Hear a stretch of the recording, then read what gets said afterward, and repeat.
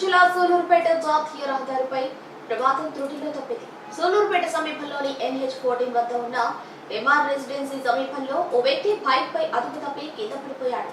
అదే సమయంలో మరో వ్యక్తి అతన్ని రక్షించేందుకు బైక్ ఆపి దిగాడు. ఇదే సమయంలో హైదరాబాద్ నుంచి చెన్నై వెళ్తున్న భారీ కంటైనర్ వారి వెనుక నుంచి వస్తోంది.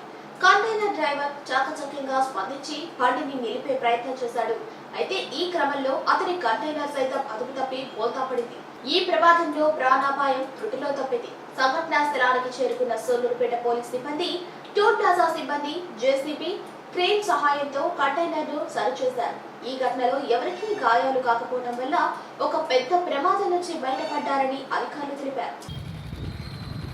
మరి నెల్లూరు జిల్లా సూలూరుపేట జాతీయ రహదారిపై ప్రమాదం త్రుటిలో తప్పింది. సూలూరుపేట సమీపంలోని NH14 వద్ద ఉన్న ఎంఆర్ రెసిడెన్సీ సమీపంలో ఓ వ్యక్తి బైక్ పై అదుపు తప్పి కింద పడిపోయాడు.